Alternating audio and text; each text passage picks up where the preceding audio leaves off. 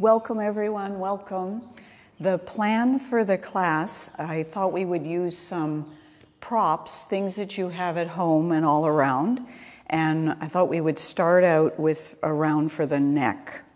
And this one you might have is a dog toy. I thought Kathy would use that.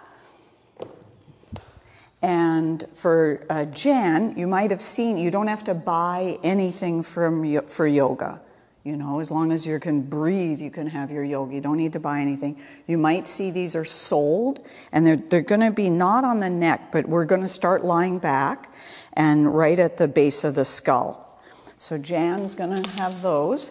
And Chloe, I thought, would have the customized. I made this, you can make these.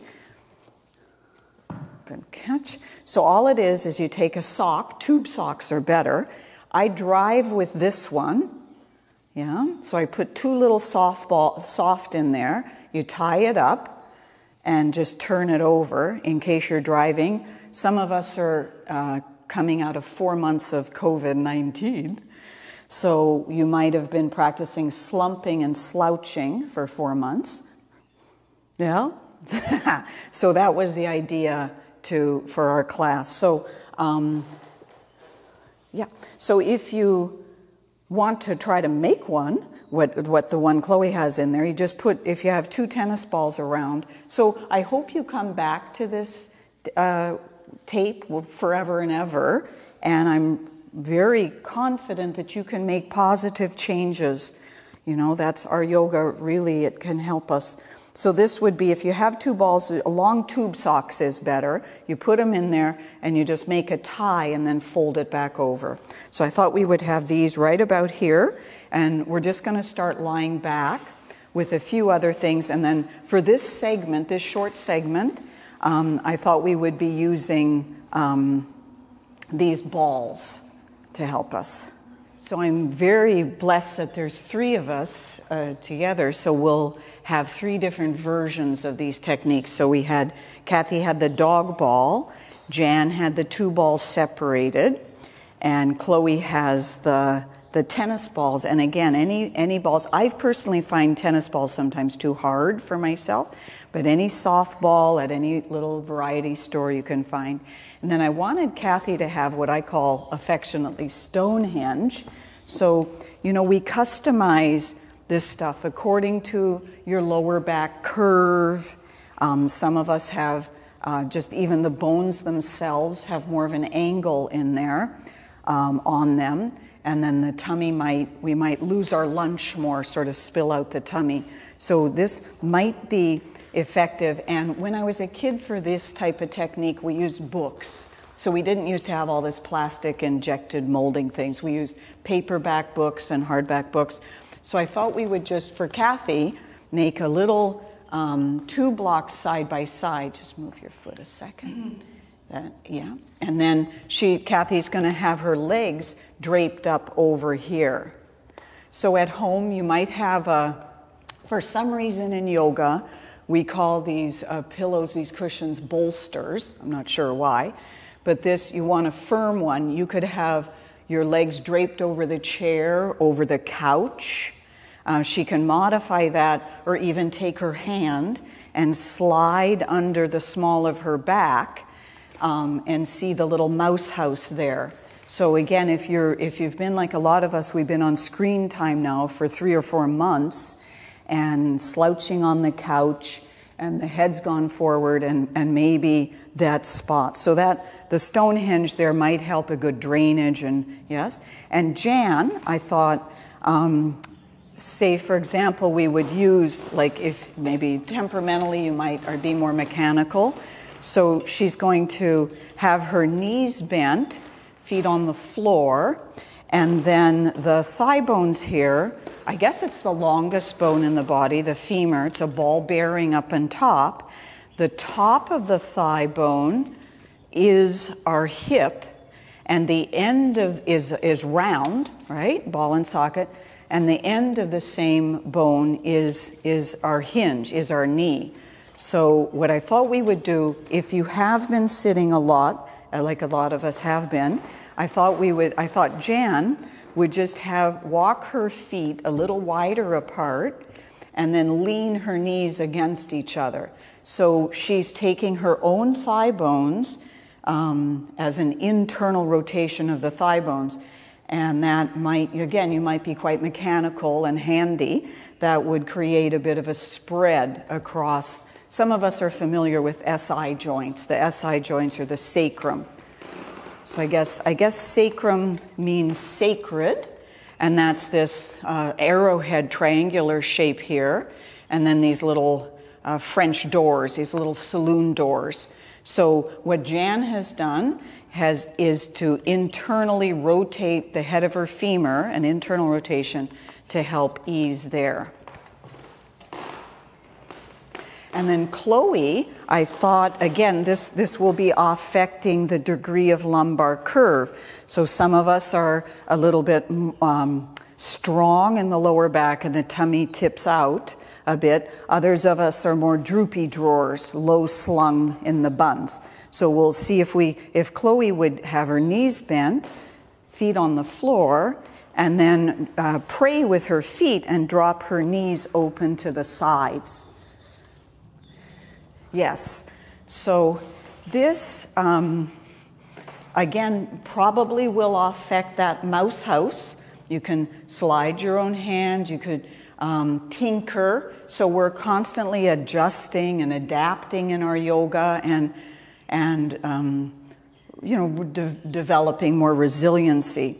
If you were at home to try this, I hope, you could also, rather than have, say, a pillow, a couch cushion, rather than have it just supporting the knee, like maybe you've seen some of those huge trees and they give a little crutch way out long on a long limb, that in some degree might be comfortable, but in some degree it's supporting the status quo. So Chloe might have the prop a little higher, and then that might allow the tissue to adapt and adjust.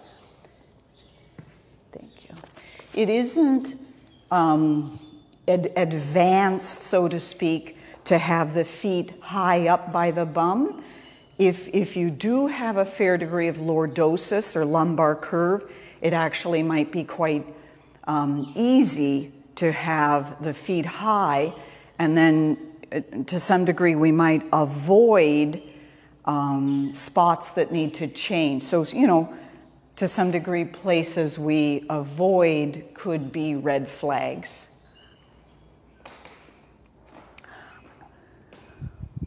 I thought we would come back to this notion of these 4 R's for using these simple props, that as we release the soft tissue, connective tissue, fascia, collagen, that actually repositions the bones. So by releasing, we're repositioning the bones, breathing, leaning into the breathing, and then that apparently reduces inflammation. And then the 4th R would then maybe we could reimagine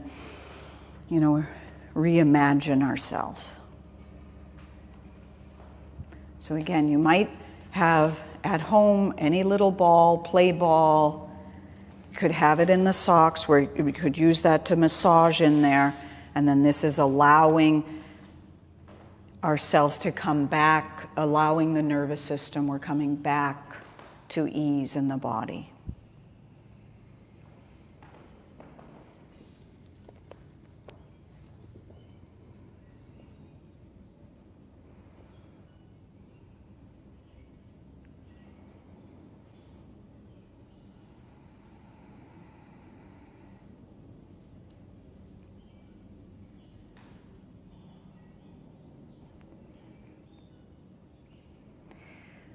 Last piece perhaps from here, and of course you ignore me or stay as long as you like or customize, is to adjust a little bit into the arms. So how does it change your experience if your palm's up, if you're one palm down, if you're goalposts, you're out to the sides. So we get in habits, and that little joke, first we do a habit and then a habit does us and then a habit does us in. So, but it's good news, say you play the violin and you're pulled, or you're at the piano, you start to look like what you do, and that's good news, because we can now kind of put down the violin, come away from the piano, right? Let the tissue release. And we're adapting and adjusting, right? So I thought we would slip away from take your time, of course, slip away from the prop at the neck, rearrange your legs, whatever suits you, because there's all this ripple effect, right?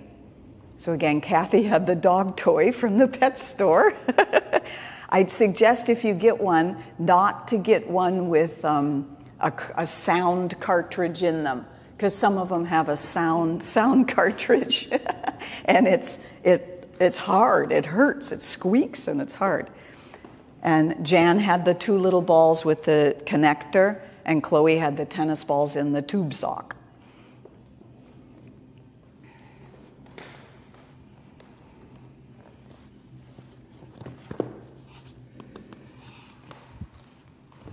These blocks also, again, you could use books, or you could fold up towels. When I was a kid, we used books, so. And then they came up with wooden blocks. If you ever see these, nowadays people are using cork as if it's sustainable. Some have beveled edges, some have sharp edges. You can find them with styrofoam. So it's sort of one size fits nobody with the props. The second piece, I just thought we'd try a few more pieces, and I'm very optimistic that we can improve our posture. If you're more slope-shouldered or round-shouldered, it affects the respiration and all of these cascade effects. So the next piece, I thought we would take a ball in between our shoulder blades and just lie on it. And you might have a play ball at home. Let's see, Jan. And it's just right in between the shoulder blades, and we're just lying back. And I'll cue us or guide us in a few little rolling things. And then I thought we would be on our side and then coming over. So some of these, again, you might have, I hope you have. If you don't have a ball at home, what we did as kids was roll up our socks. So you could take 2 and roll, my domestic skills here, but you could easily, when we would sometimes come to a class, we were told, take off your socks, roll them into a ball, and have them between the shoulder blades. So again, you don't need to, what's that expression? Use imagination, not pocketbook. So you could use your imagination. So it's right in between the shoulder blades. And again, you might be know all these names and things. We have the sacrum, the lumbar, and then the thoracic. I think thorax means cage, so those are the ones that the ribs, it's just miraculous, really, and all of these layers. So we have the ball, Kathy, Jan, Chloe have the ball about right there. And that's, if you are practicing slumping, then that'll be bringing that back into the body, bringing the shoulder blades onto the back a little bit, presumably as a consequential action, spreading the collarbones. And we'll just watch what Kathy's watching nicely there, is that we're not over bending from the bendy bits of the upper arm bone, nor the neck, and kind of missing there. So all I thought we would do, it's a little confusing, is perhaps have the knees bent, and then just with the ball there in the upper back, or your sock, right? Whatever you have, or you can come back to, could do this without these props and then just come back to it later. We'll just wiggle us over to the left or the ball over to the right a little bit. So we're just burrowing the ball slightly in between the spine and the right shoulder blade. And it's not too scientific in there. So we wiggle us a little to the left or the ball a little to the right. And then if you would, while we have, then we locate, right? We take a moment to reassess all these little neglected bits and pieces. The right arm, the right shoulder, if you would just roll out the dough a little bit, roll some circles.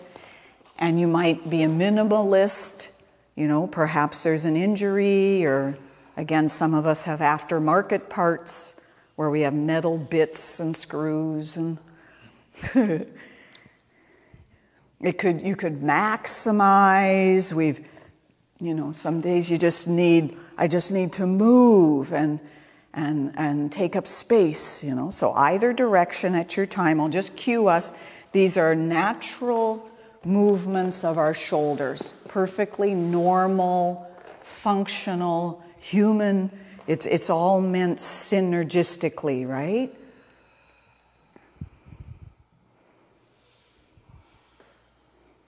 Apparently a lot of us are now urban society or sitting society classified.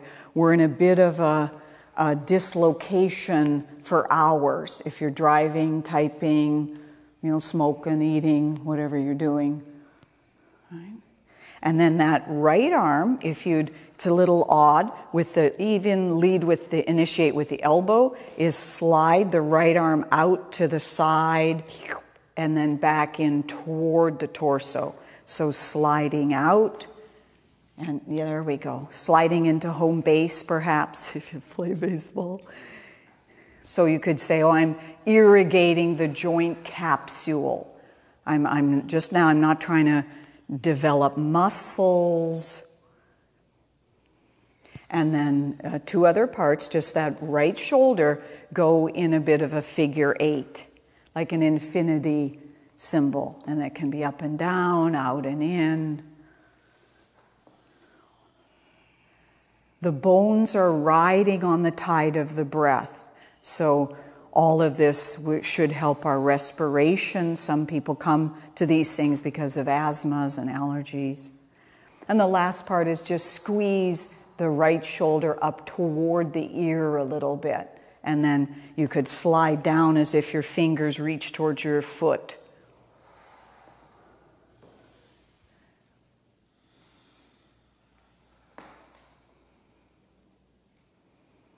So back to our 4 R's, the notion if we're releasing soft tissue, leaning into it, breathing into it, that repositions the bones, right? Like Homer here has his soft tissues gone.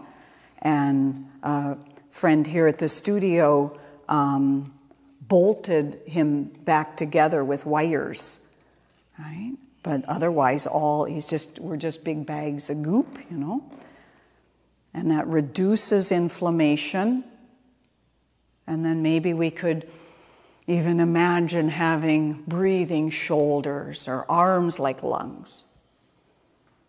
So that was our project. Of course, you could do this longer. You could move quickly through it, And I thought we would, at your leisure, come back through the midway.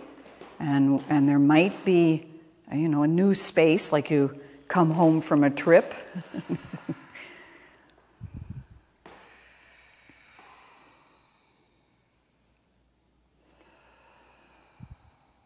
And now you're a pro, right? It's easy when you know how.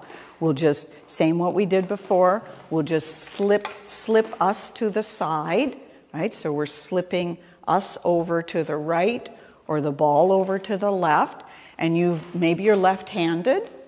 So you've lived a whole different life on this side. I saw it years ago, baseball pitchers, They, as they were aging, they had x-rays of their dominant arm, and tennis players, and it was extraordinary relative in contrast to their other arm, the bone density, and, so that applies to all of us, right? So rather than so prescriptive or proscriptive, if you would, anything, maybe you just unravel, like you unravel some fishing line or necklaces. If you tug with it and fight, the knots get tighter. But if you, kind of follow it and biochemical changes are occurring. Some of you here are scientific. You know all about protein bonds and molecules and blood markers and things. Maybe you follow, or you might want to be rebellious and do that whole routine backwards. We did circles, we slid out, perhaps initiating with the elbow, or just where do you initiate movement from? Figure eights, squeezing and releasing, like a good blood flush.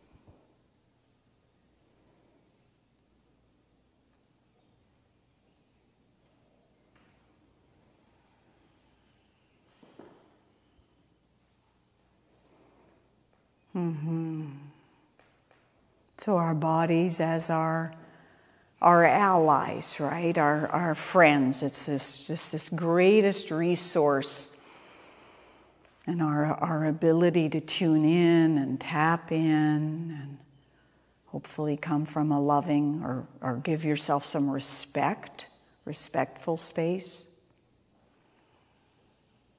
And then if you would just finish that cycle or come to where it feels complete, and then sometimes it's nice to have the knees bent, feet on the floor, and just rock the knees from side to side a little bit, and then gradually slip away the ball, just even by dropping the knees, the sense that the movement would calibrate all the way up the system. Like even just by dropping the knees from side to side.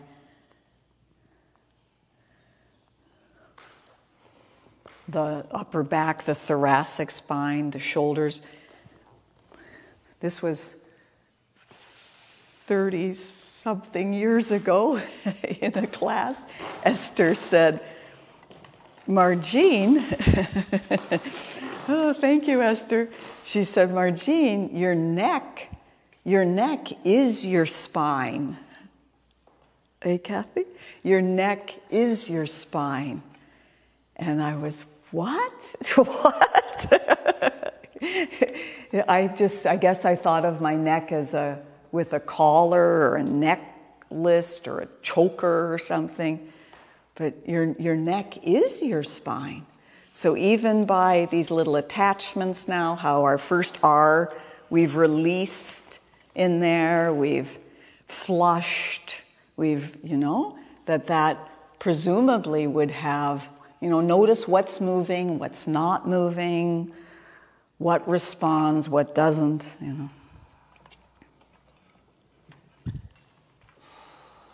So we're just looking for ways in that resonate with you and are healing and sustainable for you, pleasurable practice.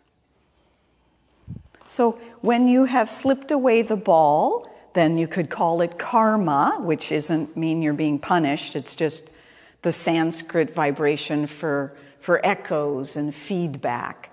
And it's, your body's always talking within itself. Will we listen, right?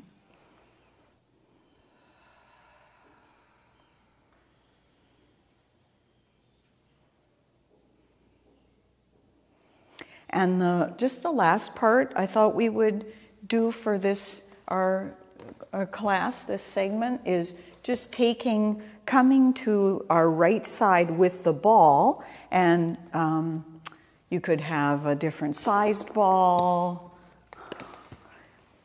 And one idea, the right side, a lot of ideas why the right side, but pick a side. And then what I thought we would do is have the ball in our upper hand, our top hand, and we'll be to the side. If this is too strange of an angle for the neck, it can be a nice neck stretch, but I can check, or you'll know, and I can bring some blankets. And all I thought we would do is slide. I'm sliding this, like our apple, sliding back and offering this ripe, heavy, lush apple out to Jan. So I'm sliding it. I might even roll on my forehead. I never used to be able to at all. Just little incrementals turn onto my forehead. Okay, so that's our ripe apple. There we go. And you could, maybe the name, say we come in layers, like a layer cake. You have your clothing there, your skin, this elastic skin, like the frosting and the sprinkles. You have the nerves and the bones and the glands, pec muscles.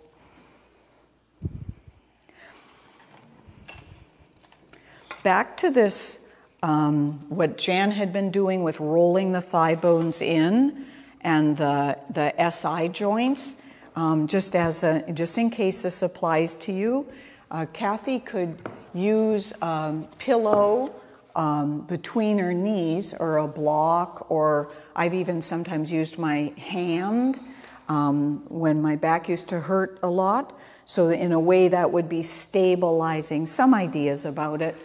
It would be stabilizing, by using that, stabilizing the SI joints. So then or Jan could demonstrate also that then as Jan is going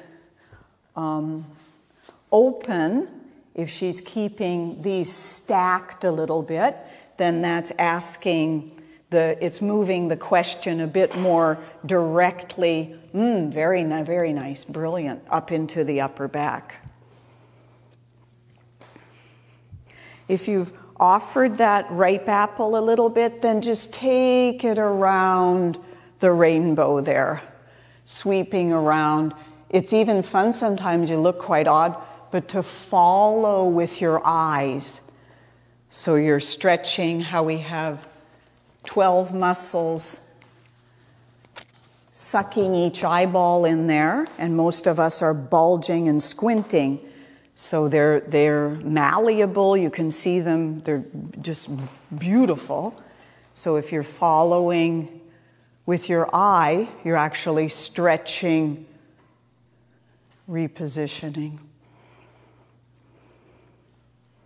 So all of these layers, like maybe you've been to a dermatologist and they look at the skin, or a respirologist, they measure with hoses and things your breathing, or a neurologist, all the wiring system, right? Cardiologist, because right here's our heart, so intimate there with the lungs. So all these ologists you might go to, right? But they're all communicating yoga, right? Unification. Yes. And then last piece is, if you have, going through this, is have your ripe apple and have the arm up in the air. You could get interested in like a construction, where's the alignment. Perhaps harden the arm. Yoga stuff would say tamasic, where you're thick and you're muscular, and see what movement's possible, and then maybe agitate, rajasic. So turbulent, sometimes you have to go through a lot of noise before you feel that you've found silence. And then just float a little bit. We've been seaweed in the water and current. And at some point, you might just lose the alignment and let gravity take over. So participating with gravity. So you could play with texture, right? It could be a textural analysis. Years ago, for this dropping technique, I was actually sort of afraid to let go. And then I noticed for a long time, in a way, there were not really any options. My arm would always prefer, I would have to really encourage or challenge myself to go a different route. And, over time, it seems that more options have opened up. It's been more comfortable. Mm-hmm.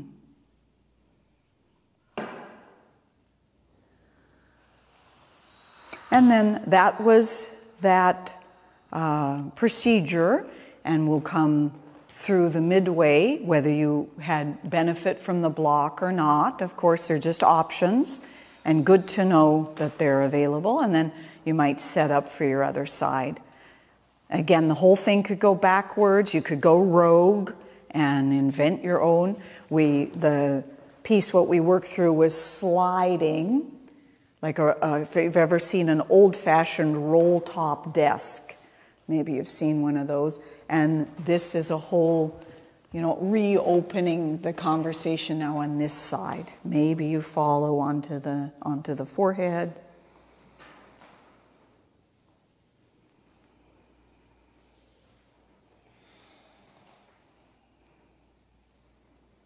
Mm-hmm. That's it, Chloe. Sometimes it's fun, just continuous movement, like a little, all the grains of sand shifting, and other times you want to sort of arrive at a place and just breathe into it and be there and so notice if you feel for continuous movement or you'd rather arrive and settle. We rolled and we did sort of scanning the heavens or around the rainbow. If you do the circular one, it might be efficacious to roll the joint in a little, roll it out, roll it in a little, like you're just sort of experimenting, tracking the anatomy a little bit. Would it be true that the ball bearing of the upper arm bone, in a way, it sort of mirrors the thigh bone, right? That affects into your elbow and even into your wrists and even into your fingertips.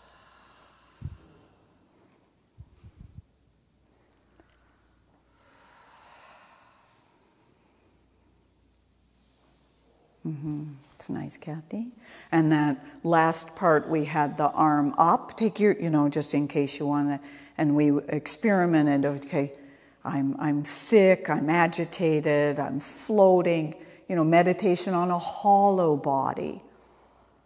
Perhaps, what would that be like to just float?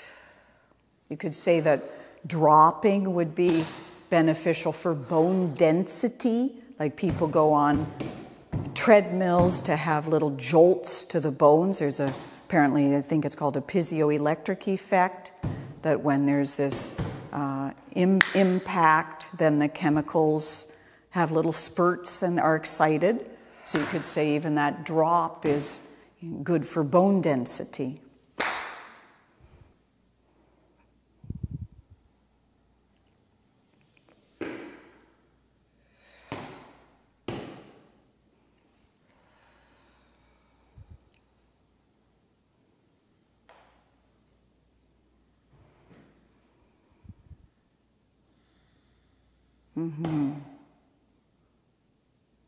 So we're on a quest.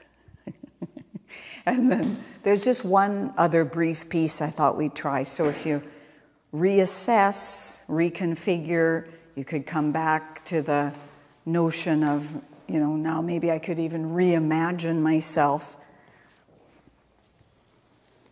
Just while we're arranging there, you might have seen these sort of things that serves as the same function. A little strange.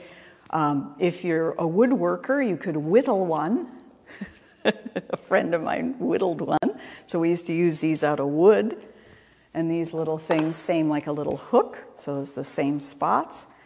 The last part, all I thought we would do is perhaps we just come from sitting, and this would be any size ball. And I'm pretending I don't have a ball, and I'm just going to use a little cloth. And this might not apply to you, but some of us have gone so much slope-shouldered and crunch-hunch-bunch that now the chin is out. So I don't think this maybe would be more of a symptom. So you look quite odd, and it's just seeing how that goes. Where's the pubic bone? Where's the sternum? That breastbone one. And then where's the chin? And you might need a huge ball, and you could also use a little washcloth. So just depending, some of us, the back of the neck has gotten so short, if you spot it, you got it. And then, and again, some of us have the base of the skull is actually a bulgier back of the skull. So I find this very challenging to do. You might not find that you need it at all. And again, you could just roll a little towel. If you find, I often find that's too much, I'll do a little prelude with a little towel or something, and have here behind, and then just pulling up.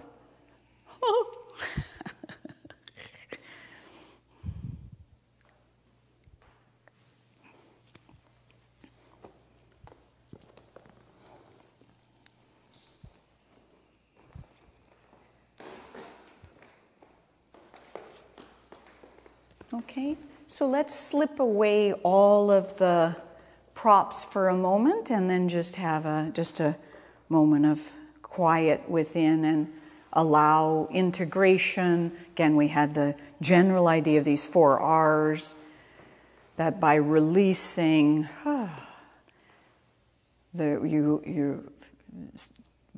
physically the repositioning of the bones, reduction of inflammation,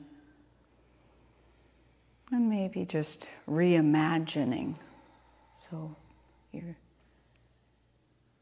I'm happy for you to take this time for you. And it's a positive, I'm optimistic about the practice. It's a positive practice.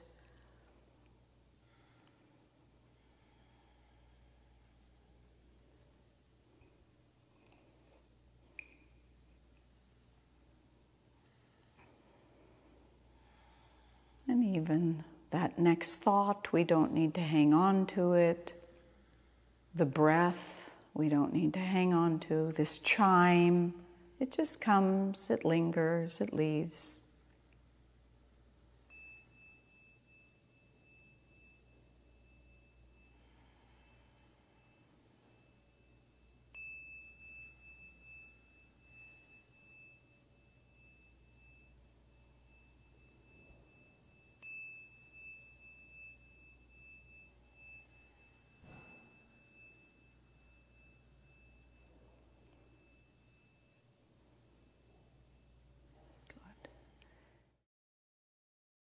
The idea is to use some blocks. If you might have yoga blocks, you could use books, and or you could use a ball. For the one, what Chloe will be doing, you could use a ball instead. If you don't have a ball, just folding up, or you might even prefer folding up a beach towel or a bath blanket and having under here. And again, for some reason, yoga people call these bolsters. You might have a cushion. So what I thought we would try this is for improving our posture in case you've been crunched like a lot of us. Kathy's just going to demonstrate. This is the kind of the most confusing one in one way. So we'll start with that. And again, if you ever find these things or you see them, some they have wider, some have sharp edges, heavier, lighter. It's all over the place. So what I thought Kathy would do is have that in between, and then this one's under her head. And she's going to adjust. I find because I'm so slope-shouldered or round-shouldered, that when I do this one first myself sometimes, I'm like in a little coffin, and it's just a big ego shock, and then gradually I might have options. So this is one idea for our posture. Second, I thought Chloe would have she's lying back and just having the block under her sacrum, yeah? And if you don't have, and then Chloe can experiment, this would be affecting the pelvis, right? And then she could have one leg out long, she could have legs up in the air, she could have both legs out long. You might want comfy cozy, or then sometimes you want to right away go to a place of challenge, right? Okay, and then Jan, I thought would use, and again, you could use blankets at home, and Jan's going to just be back in Shavasana and have these under her calves. It's a little odd when we do this one. You might have your legs a little wider apart, as Jan is showing for us. And sometimes with this one, I notice as I settle into it and allowing, letting everything regulate and come back to gravity, my calves, as Jan's have done, she's practiced, so she's responsive, right? A responsive body. And again, at home, you don't need anything for these things. You could a little towel. If you do what the one Chloe's doing, you could use a ball, right? And settling back.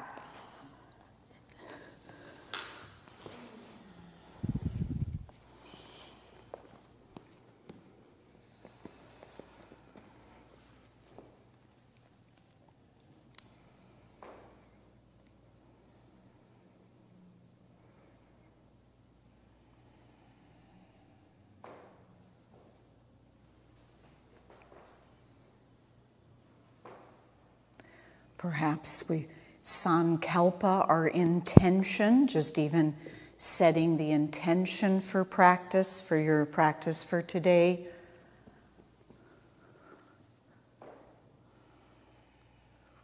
You could even talk with your body, or I'm allowing myself to relax, giving yourself permission. Maybe you talk with your shoulders. You're letting go, spreading, breathing beyond the body.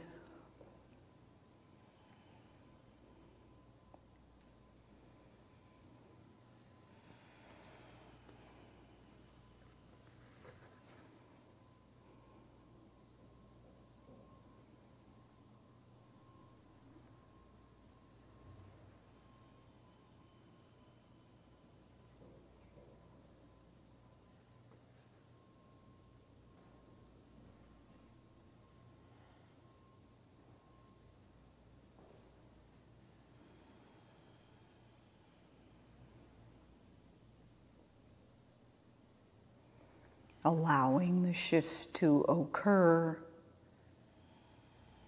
or maybe at least noticing that you can notice.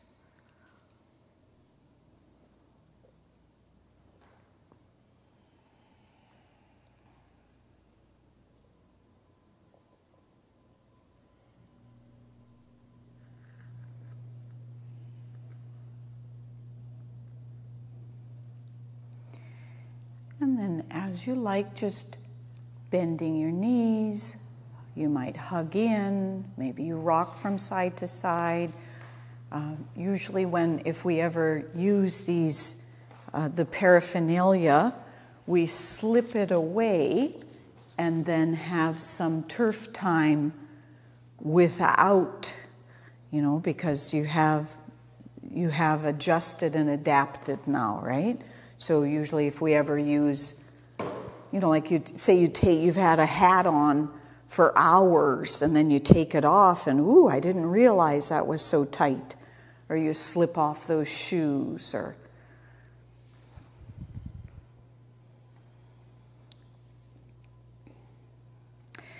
And I thought we would experiment with 3 other parts with the block. And again, if you don't have a block at home, maybe you have a ball, maybe you use the beach ball, the beach blanket or the bath towel. All I thought we would do is have the ball, it's cat and dog pose. I thought we would have, for yoga talk, Mar Jean Olson, cat. So I thought we'd have the ball at the thighs and just flexion and extension, or have the block. And again, there's all kinds of different sizes of these blocks. Kathy, you might like that one better. And we modify, right? If it's been tender for the wrists, we could roll the mat back. Say if this were my yoga mat, if it's tender for the wrists, I can hold the edge of the mat. That might be nice. I could roll the mat and have my fingers off the mat and my hands on. Some people I used to find holding the edges of the mat were helpful, so I didn't bear so much load right through onto my shoulders. Onto my wrists.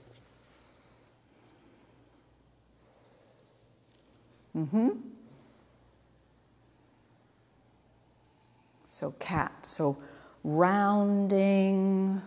We've imagined that the spine itself just goes right up to the altitudes. Internally, your organs are going for a ride. Just coming back to very, very basic practice.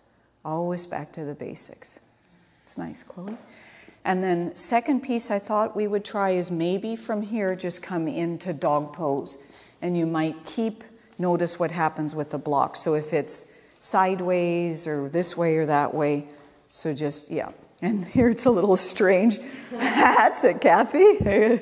Great. It's as if you've ever seen those old-fashioned Pez dispenser candies where it's like they pop it. So it's like you're trying to pop the block out the back.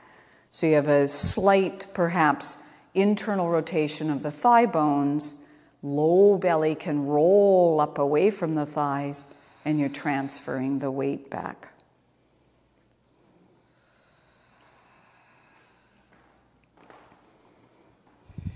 So you're a different dog every day. How's your dog today? Modify, of course. On your elbows is fine. Holding the mat in those different, we all have issues in the tissues, right? So don't let anybody tell you there's only one kind of dog pose.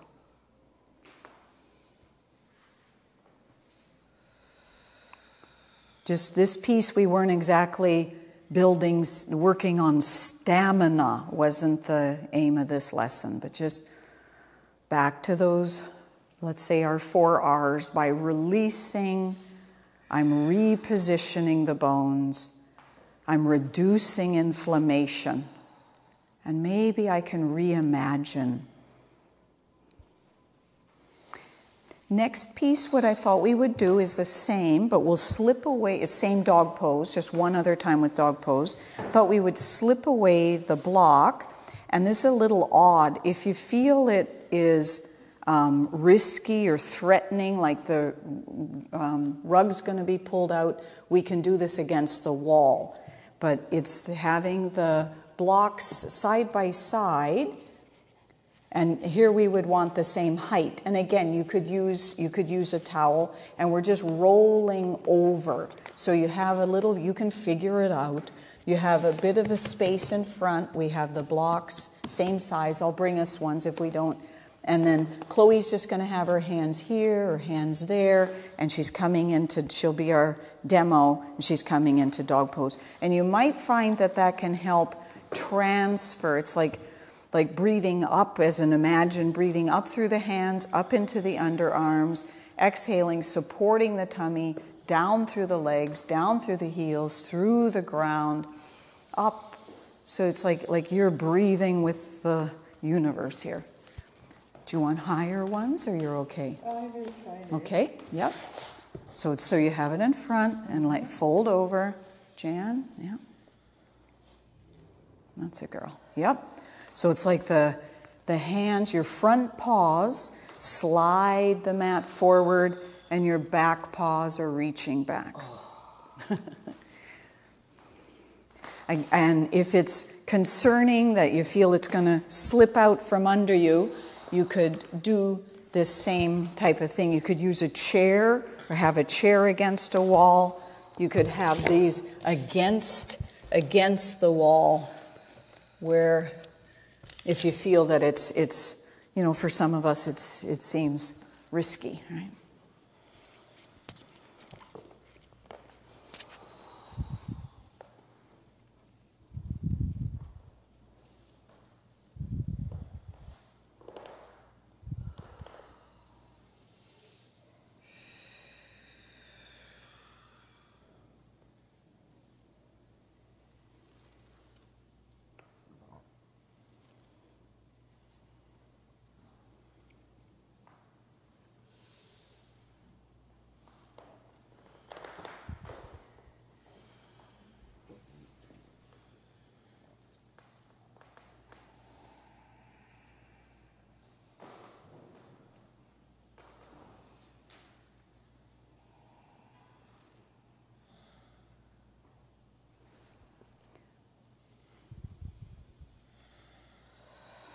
And then I thought we would come two other parts, coming down to child's pose, and this will just vary your arm length and so on, and having the blocks here, same size would help.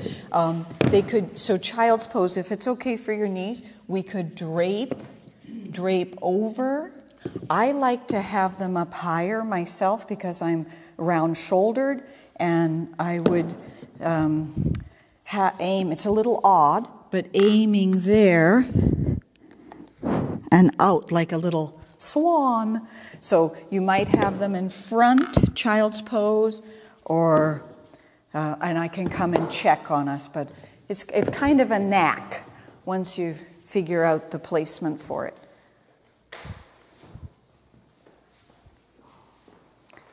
Kathy, let's have those. Let's try these.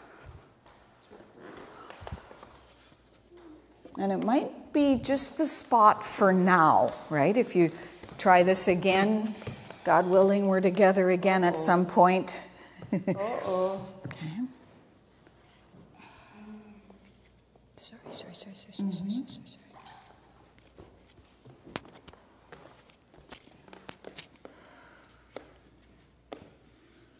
Yes? Yes. Okay, yeah. Yeah, we're looking for that, as Kathy just said, where's that yes? Where all the molecules could sing, like when you have the musical instruments, right? When we're in tune, the sound carries farther and resonates better, right? Than when we're so fragmented and jangled. So we're just looking for that yes.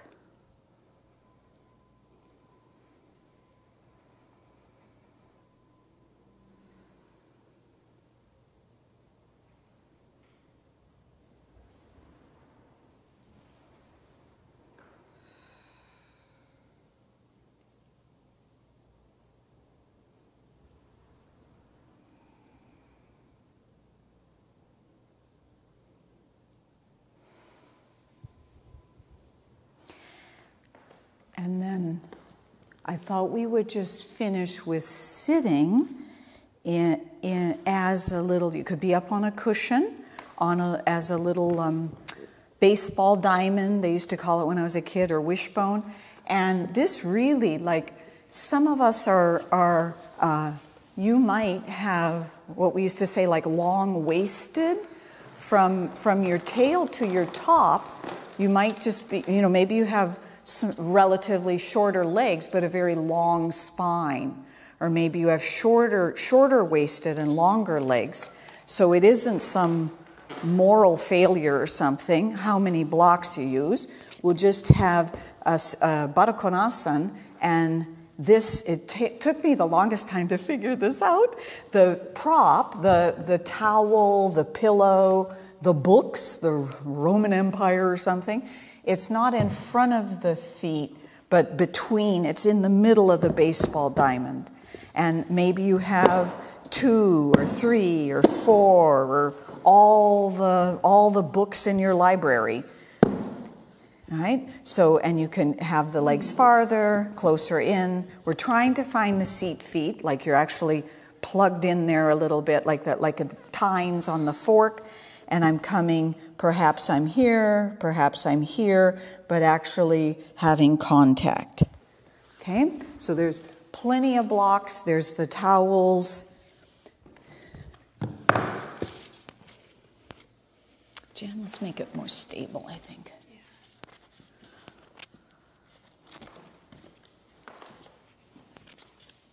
Maybe even, yeah, there you go. Yeah, nice.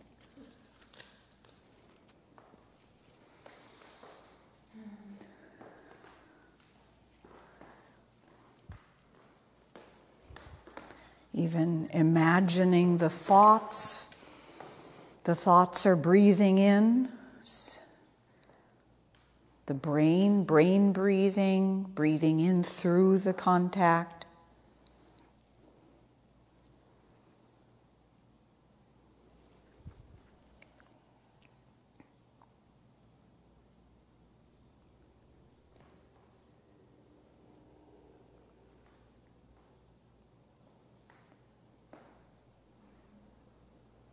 What more could you let go of for a few moments? What do we hang on to?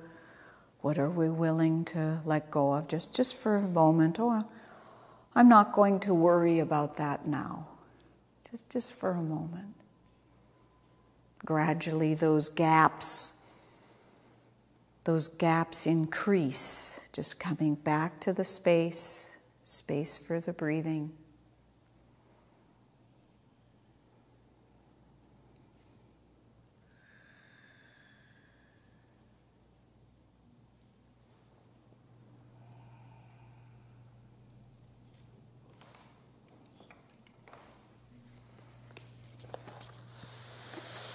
And then curling up or rolling up, and you might feel for, what would your spine, what does your body want to say? So would you feel for the opposite, a little sunning, a twisting, a side bending, verticality, just as if you're not the dictator for a moment, you're the passenger.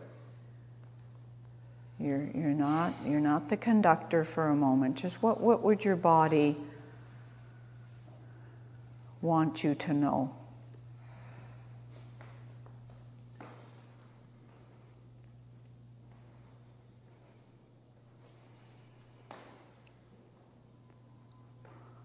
We've sometimes called it spinal hygiene. Going forward today, did I go extension? Did I have any rotation? Did I have any side bending? Just for the hydraulics of the spine.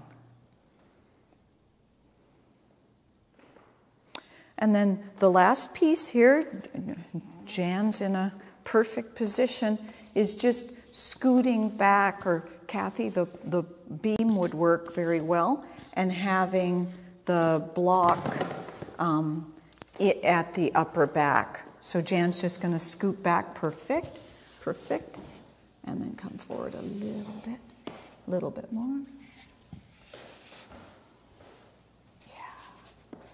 girl. Okay. There you go. Maybe not by the light switch. And then scoot back. Yep.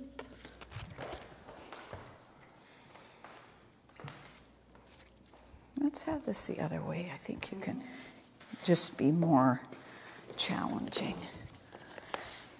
Yeah, that's a girl. Perfect. Mm-hmm.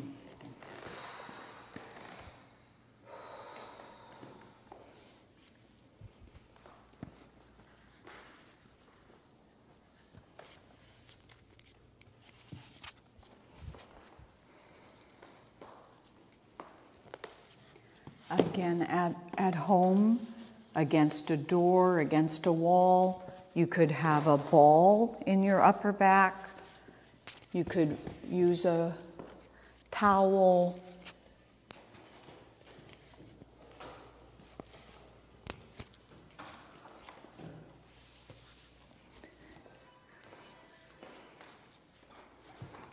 There we go. Just try those as a little throne. Yep. Yep. Yeah. So if you feel that it's pushing you forward or collapsing the collarbones forward, the clavicle, then you might, sometimes we could even exaggerate. Remember that thing, if you always hit the net in tennis, they tell you to aim way high, or you always hit left field, you hit right field, you know. So you might exaggerate the head of the upper arm bones, suck them in the sockets a little bit, roll them slightly away from the torso and drop the elbows in. So it's just a kind of a hyper amplification or something, make it ugly a little bit. So if you do tend to find that you're from keyboarding now, your arms are rolling in, just exaggerate, suck the pits a little bit, head of the upper arm bones away from the body and elbows in. And that how Jan's nicely, beautifully doing there, that might help more air up high, up under the collarbones.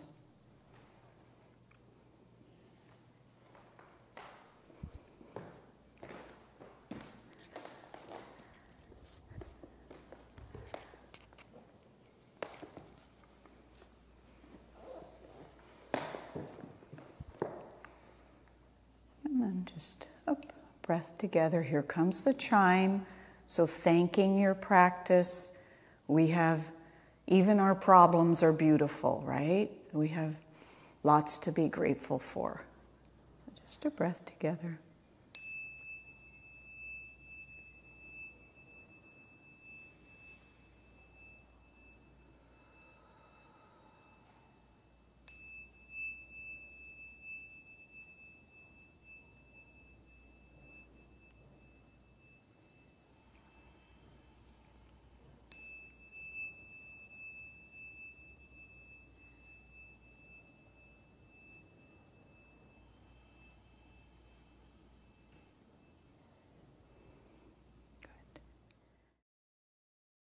So I thought we would carry on with improving our posture and with stuff we maybe have at home, but we can easily customize and rig it up.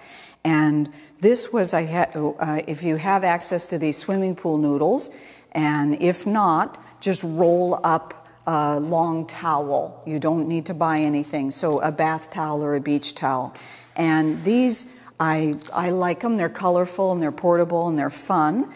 And there's all sorts of them. You can find them where they're stiffer, denser. Some have where they're the connectors for building little rafts and things. Those are the ones with the holes are very comfy. If you've got like one nerve left and I'm getting on it, those are comfy. So some are stiffer, and learn from my mistakes, right? I just took like a serrated edge knife and cut them all in half. And then I realized probably most everybody's taller than I am. So, right? So I thought we would have three, it's blessings, there's three of us, and we'll have different strategies that might apply to you. So back to Homer and the spine. we're just going to start lying on these. And again, you could roll up a blanket, right? If you have more of a sway back, lordosis, where the tummy sits a bit forward and the upper back gets really tight and so on, it might be beneficial to have, we're going to lie back, to have the noodle under the bottom also. So then that would help that release. If you have a flatter lower back, where even they could do x-rays of you and your family, if all of that's available, some of us, the bones themselves have more of an angle. And so if you don't have much at all, have the prop above the sacrum a little bit, and then that would help. It'll make, if Homer were lying down. So what I thought Jan would have, she'll be on her noodle and then have her bum off a little bit.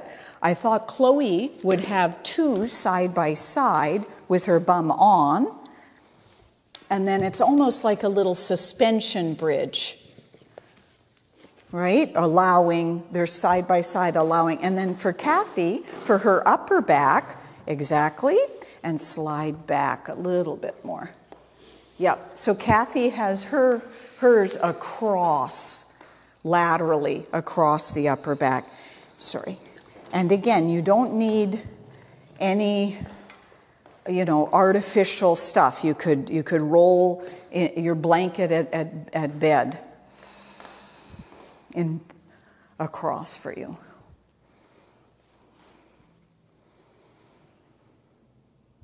And perhaps just inquire, drop into your breathing, allowing your breathing to regulate.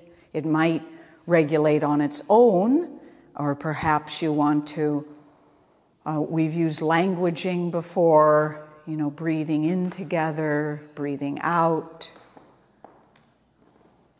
I am here now. Now I'm breathing in. Now I'm breathing out.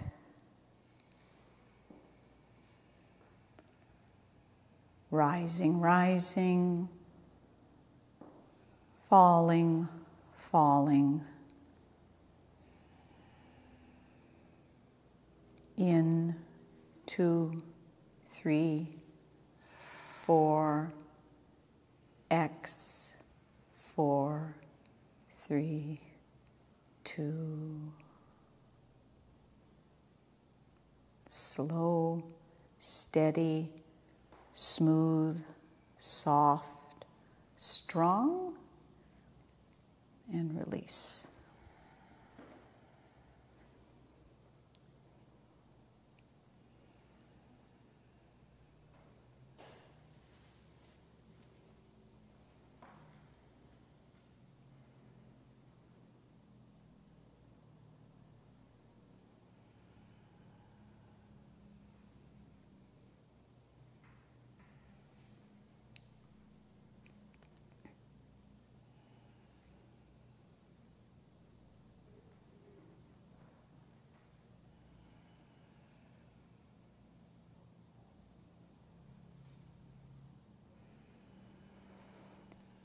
And then as you like, just shifting, noticing, wiggling, jiggling, and we'll slip. Oh, I thought we would try one other thing after our leg stretches, one other piece with the noodle. So take your time.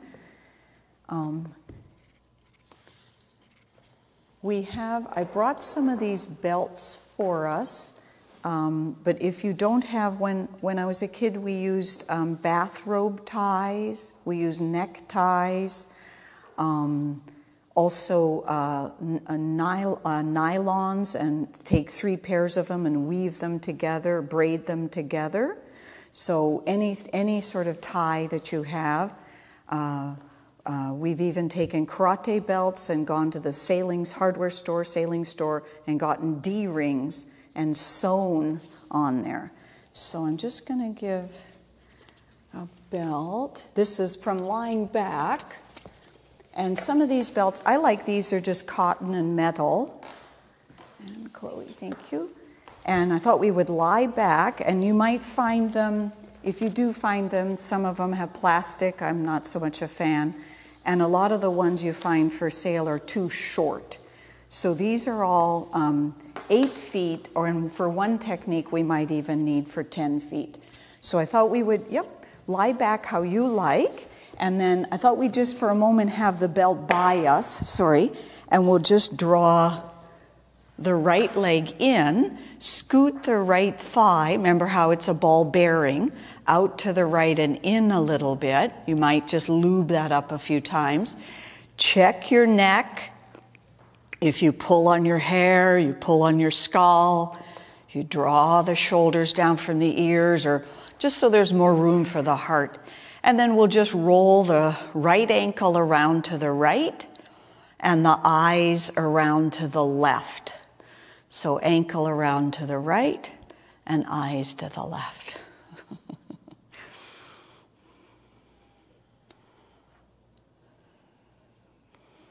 And then what I thought we would do are 3 variations. And what I thought Jan would do would be to take the belt up, the right leg, and just have what we've sometimes been calling hands-free. So she could be more physical and come up, floating around a little bit.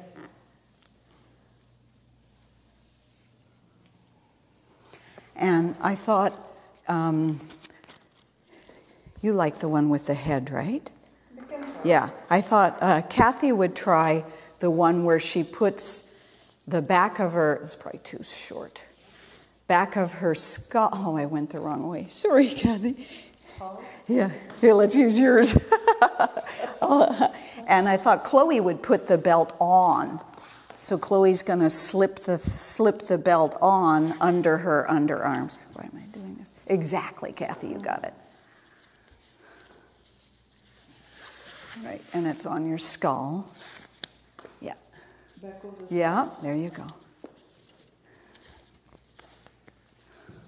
Okay, so Jan's demonstrating the hands free, and she can fashion her foot a little bit, maybe pinky toe edge, big toe away, gas pedal.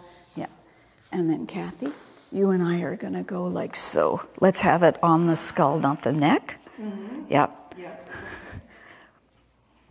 And we can float. Kathy and I could do like the gesture leg. We could, get into lengthening, tummy tone. And Chloe has hers on her across at the upper back. Isn't that wonderful? Oh, fabulous.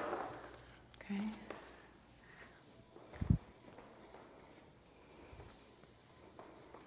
And again, you could just tie, you could have any belt, tie it in a little knot. Might experiment with going open a bit or going across. These are the standing yoga poses lying down, right? So if you tipped us over, we fell over to gravity, you're in the same, there's 2 arms, 2 legs, so there's not that many configurations.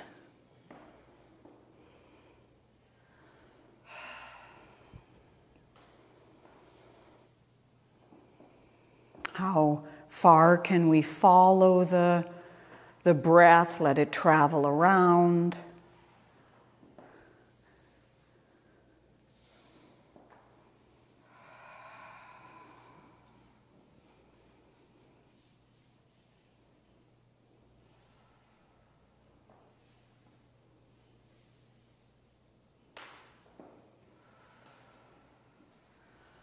It's a lot of miles in those legs, right? Lots of stories in the legs.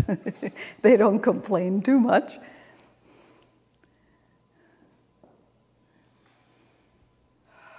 And then you might find to switch sides. You want to take away the prop entirely. Maybe you want to hug and roll. Or alternatively, of course, ignore me. You could have both legs there. and just switch straight across.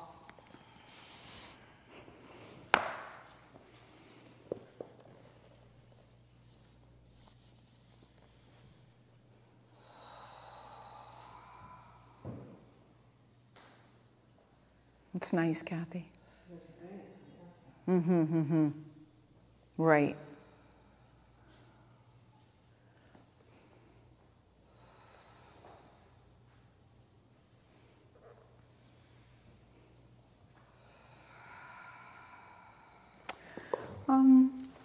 Just for curiosity, Jan's going to show the one, you might find it a good strategy. She's just going to loosen a little bit and have the prop, like a little ace bandage, inside. And sometimes, some of us like a target, or if there's a tangible, sometimes that might help. Oh, there's a direction that the lengthening could go. So breathing into it, leaning into it a little bit, letting go. Okay, where am I? Start where I'm at. That's all we can do. And then, there might be. Feel the difference? Yeah. So just these tiniest little movements. We're big believers in these little incremental changes.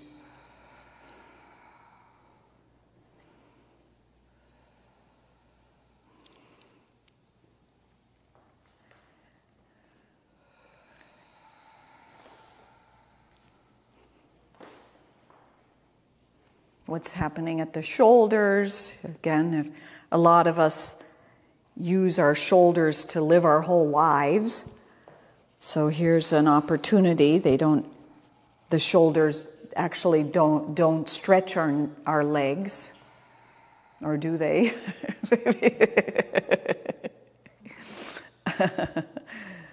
How much tension is necessary for this project?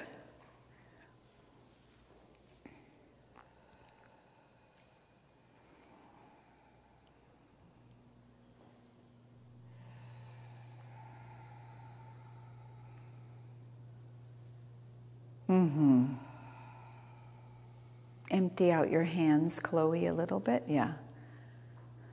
If you are keyboarding a lot or driving a lot, the bodies are smart, and so they figure, okay, we need to survival. We need to be in this position. We'll just stay here. They're trying to always help us out, right? It's a community. It's an ecological ecosystem. So then, here's a chance. It's, we're kind of irrational creatures, but it's not rational to grip and grab like a vice with my hands to stretch my legs, especially as Chloe's, because that's hands-free, as is Jan's and Gabby's. And then I thought we would slip that away and simply try bridge pose. I find this beneficial. You might not need it. It's a little silly. It's just bridge pose with the belt in front of the ankles. And then however long your belt is, maybe if you have injured your wrists a lot, like a lot of us, you might just want to wrap a few times. But it's coming up, swooping or scooping up into bridge, and perhaps that can help to tuck a little bit and find the neck and the chin. Maybe not. They're just, take what works and leave the rest, right? So it's just having that in front of the ankles. And yes, that's it, Chloe.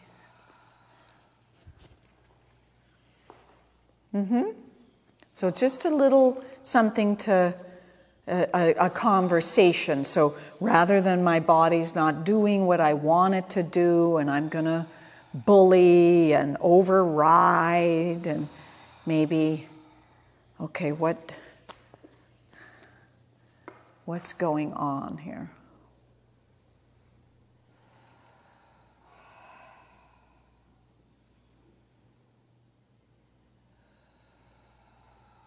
then just let it all recede. And I thought as a way over, we would just have, it's a bit of a side twist. It's nice, Kathy. A cobra, Bhujanasana, and then coming to standing. And again, at home, you can use any sort of a belt or towel. Right? So this is just, join us if you like. It's just being on the side with the noodle.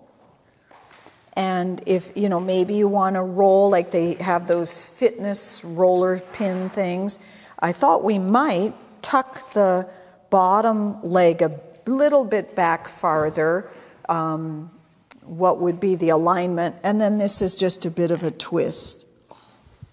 So I could get very expansive and allowing the grounding, gravity to help me.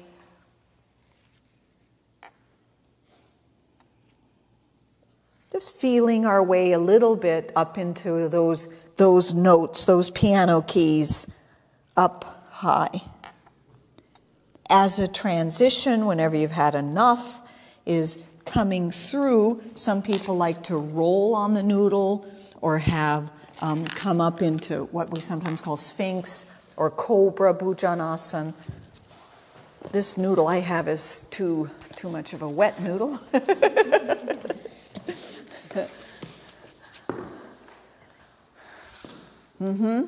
So apparently with those foam rollers, I guess the jury is still out on some of them, but if they're too hard, where you just recoil in horror against it and it's prohibitive, like there's no discussion occurring, whatever, and then it can even lead into bruising and things like that. So I think, like that there be some engagement rather than it's just so nasty that we avoid it.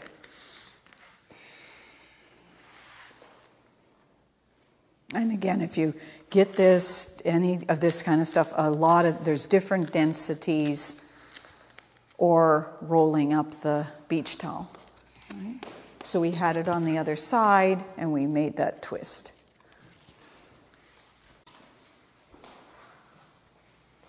Do you want to try to cross your upper thighs? Yeah, so just slip up. Yeah.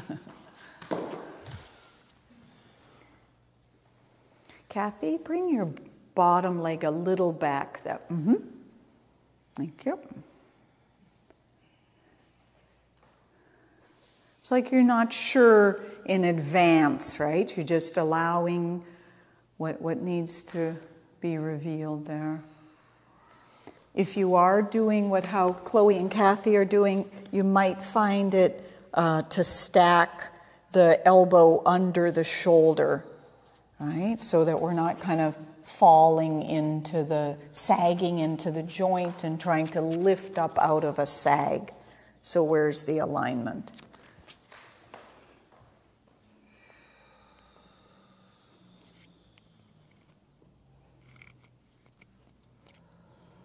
Whenever it feels complete, I just thought we would come to standing and using the belt.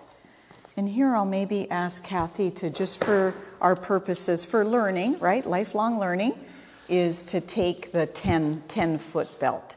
Mm-hmm. So again, if you find those for sale at places, a lot of them are too, in my opinion, too short. Okay, so this is just having about equal ties on the strap, and again your bathrobe tie, and we're down and up. You could experiment. You could look out the window. You could massage your feet.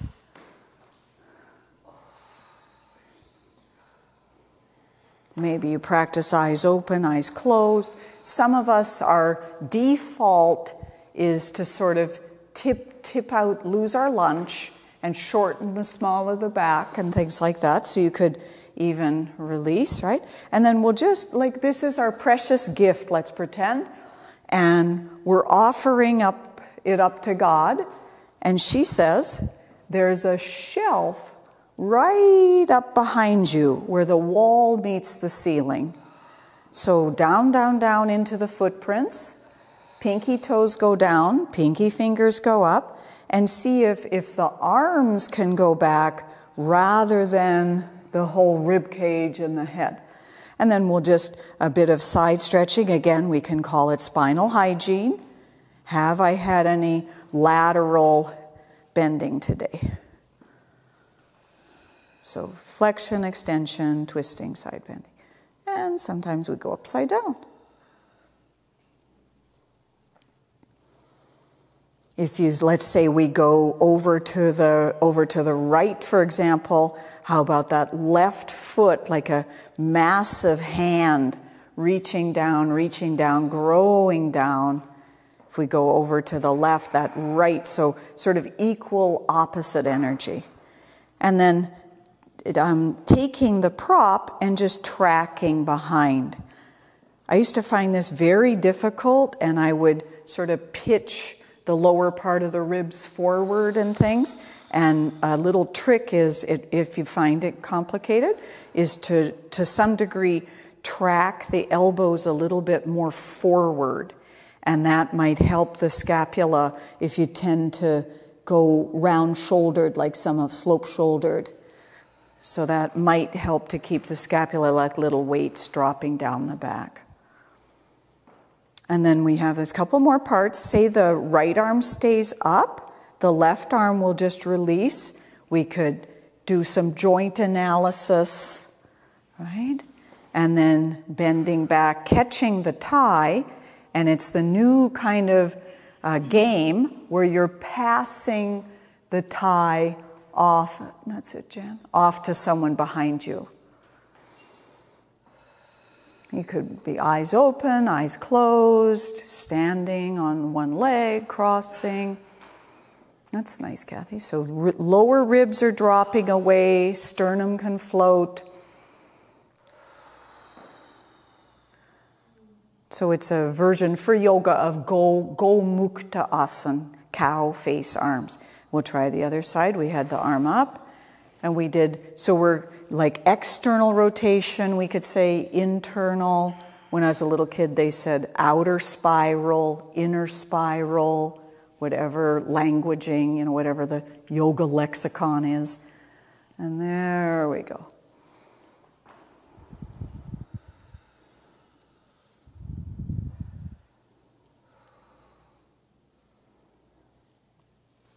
What's up through the top of the head? Maybe you're getting a good download. We've pretended before we have a little laser beam on the top of the head, and we could write our name backwards or something.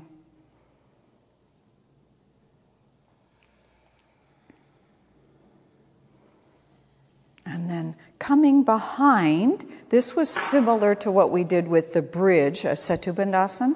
If you suck the pits up, around, and down, and then there we could even do little exercises or just have a little turf time, as if you don't even have arms. You're just a rib cage. You're just all lungs.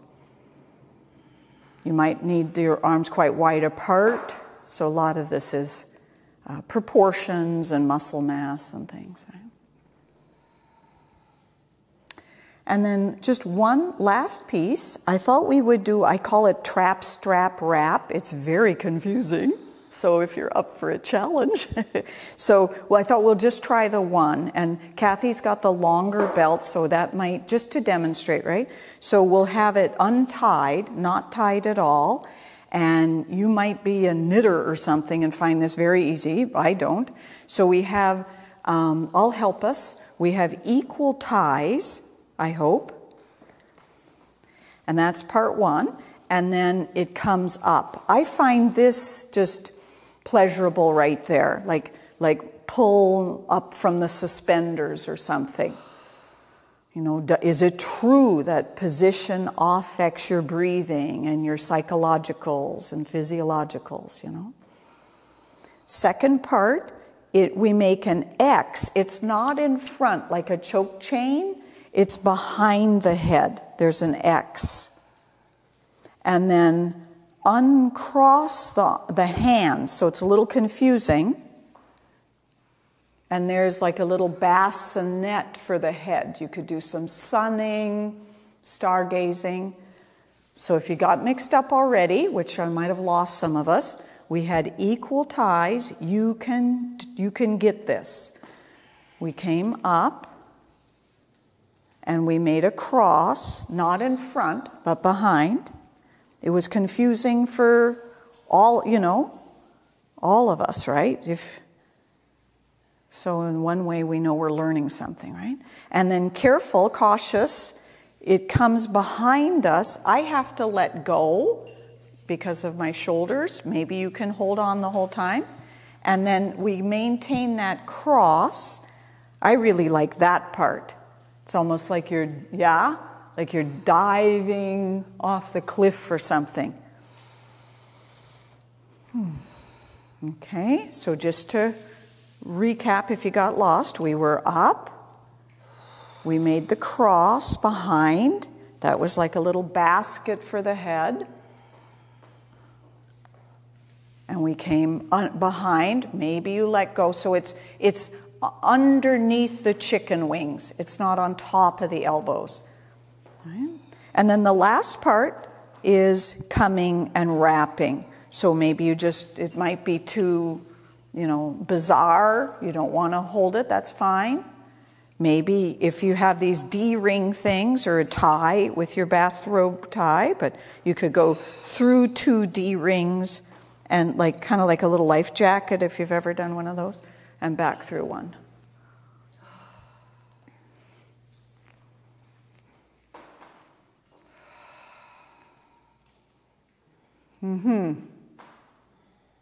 Is it long enough?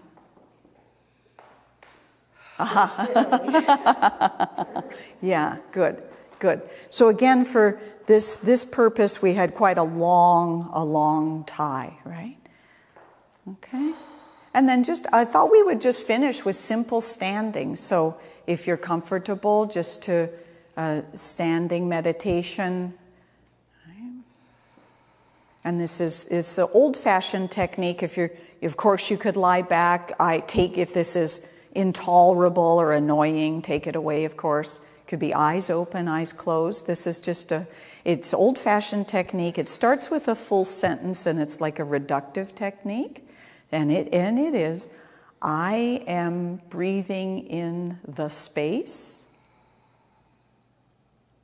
I am releasing into the ground. I am breathing in the space. I am releasing into the ground.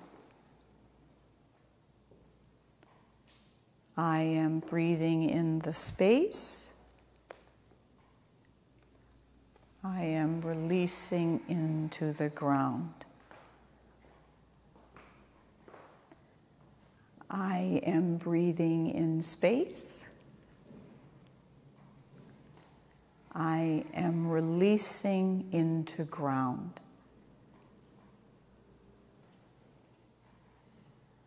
I am breathing in space. I am releasing into ground. Breathing in space. Releasing into ground. Breathing in space, releasing into ground. Space, ground. Space, ground.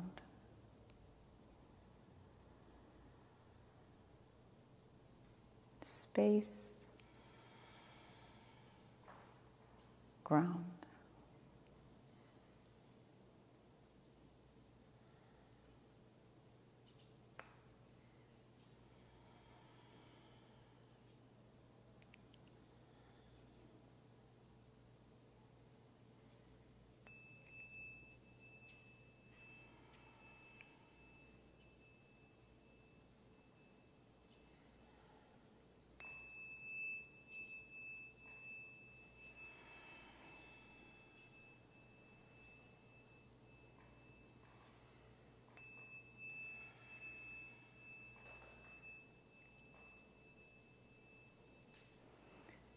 Thank you so much for practicing together.